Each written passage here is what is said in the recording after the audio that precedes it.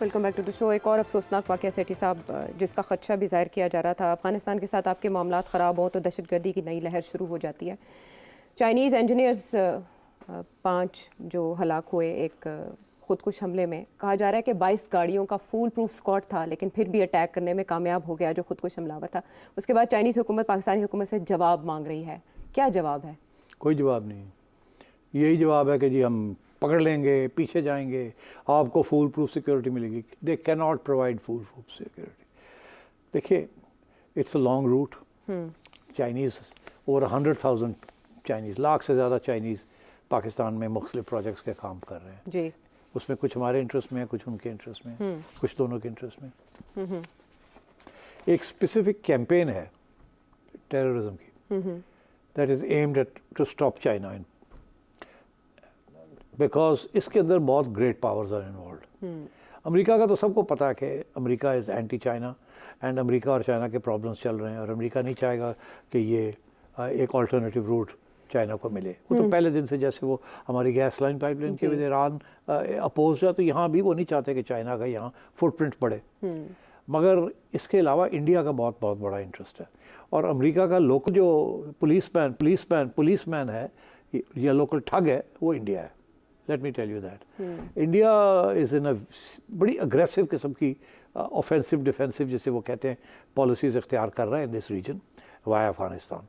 ये जो सारे वहाँ ग्रुप्स हैं ना जो टेररिज्म कर रहे हैं, whether it is the TTP, whether it is the nationalist, whether it is the ISK, ये सब जो है इनको फंडिंग मिल रही है एंड सपोर्ट मिल रही है from India. Yeah, I'm openly saying this. I have reason to believe this. I have reason to believe it. Obviously. I mean, I know a lot of these things because for various reasons one has followed this very closely. India की जो attitude है इस वक्त, वो उनके intelligence head Doval साहब ने भी बहुत दफ़ा बताई है कि छोड़ेंगे नहीं, अब बहुत हो गया है, अब बदले लेंगे हम। और ये पाकिस्तान होता कौन है, और गिलगित बल्तिस्तान भी हमारा है, बलूचिस्तान के भी जिक्र वही करते हैं। और ये आज से नहीं, कोई 8-10 साल हो गए ये कर रहे हैं। अब बढ़ा दिया उन्होंने बहुत ज़्यादा, क्योंकि इलेक्शन है ना। हाँ, इसलिए। और ये भी बताऊं आपको कि जो उनके फॉरेन मिनिस्टर है जयशंकर साहब, वो तो खुल के बात करते हैं। वो तो कहते हैं ये हमारी पॉलिसी है, we will not let Pakistan get away with this. तो अब ये जो हमारी तरफ से बातें होती हैं जी, तजारत खोल दें, ये कर दें, वो कर दें, इंडिया इस वक्त नरेंद्र मोदी का India is no mood to do this. ये सारी टेररिज्म जो है वो स्पॉन्सर कर रहे हैं, इसमें कोई शक नहीं है। अच्छा, अब मसला क्या है? मसला ये है कि गेरिल्ला वॉरफेयर जो होती है, लोग आए, बॉर्डर क्रॉस किया, इतना लंबा चौड़ा 1000 किलोमीटर का बॉर्डर है, आप फेंसिंग भी कर दें तो फेंसिंग से भी कुछ नहीं होता, ये जस्ट कट द फेंस। हाँ, यही है। 10 लोगों ने जाना होता है, 5 लोगों ने जाना होता है। गेरिल्ला वॉरफेयर के अंदर रेगुलर आर्मी बड़ी हेल्पलेस होती है। आपने देख ही लिया कि गेरिल्ला आर्मी ऑफ 20,000 तालिबान ने ओवर 200,000 अमेरिकन को डिफीट किया इन अफगानिस्तान। ऐसे ही हुआ ना, and in the end they had to leave after 20 years of warfare. तो मैं ये समझता हूँ कि we are facing the same problem now. There is a concerted effort, various terrorist groups of joint forces, कि चाइना को यहाँ footprint नहीं बनाने देना। और ये जो लिंक है बिटवीन नॉर्थ एंड साउथ, मैंने पहले भी अपने प्रोग्राम में कहा, between the nationalist secessionist forces that are supported by India, the TTA that is supported by India, and the ISK, मेरा ख्याल है ISK को भी फॉरन कहीं ना कहीं से पावर से है। अब वो डायरेक्ट इंडिया है या America, I can't say, I don't have that information, but the statement जो अभी तालिबान की तरफ से, TTA की तरफ से जो स्टेटमेंट आया, उनके एक वजीर ने कहा है, नाम नहीं लिया, उन्होंने कहा जी यहाँ हमारा हाथ नहीं है, बाहर के मुल्क के लोगों का हाथ है। तो आप उधर भी देखें, वहाँ भी मसले हैं आपके। तो इसलिए ये अब हमारी जो फॉरेन पॉलिसी है ना, उस फॉरेन पॉलिसी के 3 हिस्से थे, एक है चाइना, एक है अमेरिका और एक है इंडिया। जी ठीक, चाइना, अमेरिका एंड इंडिया। ठीक, ओके। अब ये है कि एक ज़माना था कि we were working with the Americans but not working with them. हम अपनी इंडिपेंडेंट फॉरेन पॉलिसी खुफिया तौर पर चला रहे थे अफगानिस्तान में। उसके लिए अमेरिकनों ने हमें माफ़ नहीं किया। हाँ। अब जिनको हमने सपोर्ट किया था वो अलग हो गए। वो कहते हैं कि हमने अपने आप को सर्वाइव करना है, हमने TTA और ISK और बलोच नेशनलिस्ट को टेक ऑन नहीं करना। उनके अपने मफादात हैं। हाँ, वो कहते हैं इनको टेक ऑन किया, ये इकट्ठे हो गए हमारे खिलाफ, हम उड़ जाएंगे। अपना प्रॉब्लम। वो अब गवर्नमेंट बन गए हैं ना, तो ये गुरिल्ला वॉरफेयर उनके खिलाफ शुरू हो जाएगी। वो अपने आप को महफूज करने के लिए हैंड्स ऑफ। हम उनको कहते हैं कि यार इनको टेक ऑन करो, वो कहते हैं हम कैसे टेक ऑन करें, हम तो स्टेबल हो गए हैं, हम तो स्टेटस को वाले बन गए हैं अब यहाँ।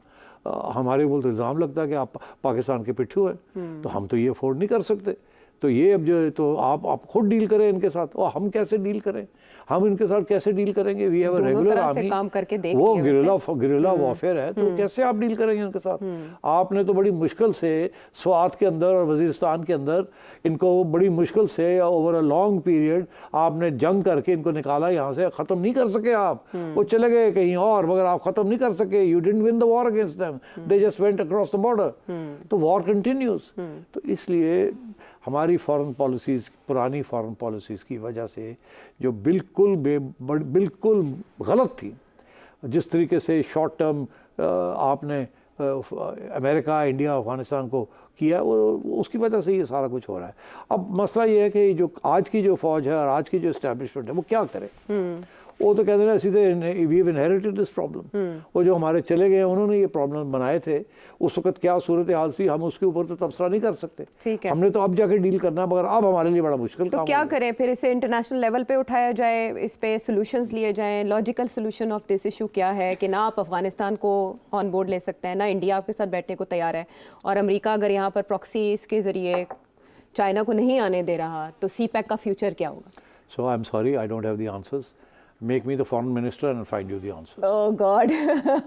if I were in the government, I would have preferred you. Well, then just wait for it.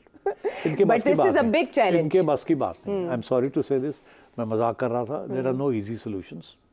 बड़ी मुश्किल है, बहुत बड़े U-turns लेने पड़ेंगे। अच्छा, ग्वादर में अटैक हो तो समझ आते हैं कि वहाँ नेशनलिस्ट हैं। अब बिशाम या KP में अटैक हो तो सबका खदशा अफगानिस्तान की तरफ ही जाता है। वो आपने निशानदेही भी कर दी। पाकिस्तान एक कार्रवाई कर चुका है और हमारे डिफेंस मिनिस्टर कह रहे हैं कि ये जो कार्रवाइयाँ पाकिस्तान में अब हो रही हैं, ये अफगानिस्तान से ही हो रही है। एक और ना, इसका कोई तल्लुक नहीं है। आपने कुछ भी नहीं किया। ਤੁਸੀਂ जाके एक का जहाज जाके 2-4 बम आ रहे हो, ਤੁਹਾਡਾ ख्याल है और उसकी वजह से ये सारा कुछ हो रहा है। This is a strategic policy on the other side. आपने जाके जो 2 बम फेंके वो तो टैक्टिकल सी चीज़ है, वो कोई स्ट्रेटेजिक चीज़ तो नहीं है। तो उनका तो एक लॉन्ग टर्म एजेंडा है जिसके पीछे पावर्स हैं, फॉरेन पावर्स हैं। वो आपकी 2 जहाज़ की स्ट्राइक्स के और ड्रोन्स के साथ उनको कोई फ़र्क नहीं पड़ता। अमेरिका ने भी तो करके देख लिया था, कोई फ़र्क नहीं पड़ा था। सो ये है, we have a very serious problem on our hands. This will require both use of military power and diplomacy and frankly some concessions. Right, और वो आप तैयार नहीं है करने के। चलें, लेकिन आपने कोई ना कोई कंक्लूजन या कोई ना कोई वे आउट तो बता दिया। अब उस पर इम्प्लीमेंट करना काम है हमारा फैसला साजों का। आप आजकल इफ्तार में हैं, एक तस्वीर आपकी वायरल हुई है सोशल मीडिया पर। एक मुलाकात आपकी उनसे हुई जो बात नहीं कर रहे किसी से। आपसे कोई बात हुई? आप क्यों मिन कर रही हैं? आप सीधी बात क्यों नहीं करती आप? मिन ओ अन चाहती हूँ मैं आपसे कि आप मुझे बताएं टाइम है कि नहीं? नहीं, 2 मिनट्स लेफ्ट, बट मेरा ख्याल है कि आप 2 मिनटों में बहुत बड़ी बात कर सकते हैं। नवाज शरीफ साहब से आपकी हुई है मीटिंग। अच्छा। जी, ओहो, आपको नहीं पता मैं क्या बात कर रही हूँ। सुना आपने उन्हें उम्रे पे जाने से रोक दिया है? ना, खुदा ना खौफ करो, मैं कौन होता हूँ। बात यह है कि कुछ अरसे से मुलाकात नहीं हुई थी। अच्छा, बिल्कुल बड़े बिजी थे वो। पहले तो लंदन में तो बड़ी मुलाकातें हो जाती थी, मगर जब से वो आए हैं एक आधी मुलाकात हुई थी। फिर ये बिज़ी हो गए, जाहिर है। तो अब थोड़ा सा मसरूफियत कम हुई है, और तो हमने रिक्वेस्ट की भी थी। उन्होंने कहा जी आ जाओ, इफ्तार पे आ जाएं। तो जुगनू आई वेंट, हम ही थे और तो कोई नहीं था, फैमिली थी। मरियम CM मरियम साहिबा भी आ गई, उनका भी इफ्तार था, वो ख़त्म करके तो आ गई। तो मियाँ साहब थे, मैं था, जुगनू थी, हसन हुसैन थे, उनकी एक अहलिया थी, और जुनैद भी था, और मरियम की बेटी भी थी। तो फैमिली टाइप चीज़ सीन था, और कोई सियासत नहीं डिस्कस की, मैं आपको बता दूं। आपको बड़ी मायूसी होगी ये सुन के। इस किस्म के मौके पे हम सियासत नहीं डिस्कस करते। फिर किस किस्म के मौके पे करते हैं आप? वो खुफिया होते हैं। आप नहीं बताएंगे? नहीं, वो इतनी सी भी बात नहीं हुई। इतने इस होते वो। अच्छा, जहाँ सारे बैठे हो यहाँ, बस आपको मैं बता देता हूँ बात क्या हुई। मैंने मियाँ साहब से पूछा अच्छा खाना वहाँ बहुत उम्दा होता है। तो और मियाँ साहब बहुत देखते हैं कि सही मिला है नहीं मिला। अच्छा। तो आपको ये ट्राई किया आपने, ये ट्राई करें ये। तो खैर वो बहुत उम्दा था, बहुत उम्दा। अच्छा, क्या था वैसे, कोई एक डिश आपकी फेवरेट? ओहो, पुलाव भी था, मसूर की दाल भी थी, चिकन थी। अच्छा, उसके बाद देसी और बहुत कुछ था। और फिर उससे पहले अफ्तारी थी, वो उसमें को 8-10 चीज़ें थी, बट ऑल ब्यूटीफुली कुक्ड। मियाँ साहब बहुत खुश ख्याल खुराक रखते हैं। हाँ। तो और मेहमान नवाजी भी बड़ी करते हैं, प्यार भी करते हैं। तो वो फिर पहले तो ये, फिर मैंने पूछा उनसे, मैंने कहा दसो कि हूँ तुसी इन्ना ज़बरदस्त खाना तो कुछ फेमस लाहौर के आप बताएं कौन सी ज़बरदस्त जगह हैं जहाँ आपको खाना पसंद आया। अच्छा। उन्होंने फिर कहानी पूरी शुरू की कॉलेज के ज़माने से, स्कूल के ज़माने से। अच्छा। वो सेंट एंथनीज़ में थे। तो कहने लगे याद है आपको वो एक नान कबाब होता था? तो वो एक, तो मैंने कहा जी बिल्कुल होता था, वो तो क्रिश्चियन था और वो नान कबाब बनाता। कह रहा बड़ा ज़्यादा मज़े का, उनको अभी तक याद है वो नान कबाब। तो वहाँ से बात शुरू हुई। फिर मछली कहाँ सबसे बेहतर मिलती है, गोश्त कहाँ सबसे बेहतर मिलता है, कबाब कहाँ सबसे। तो उन्होंने पूरे लाहौर का हमें दौरा करवाया।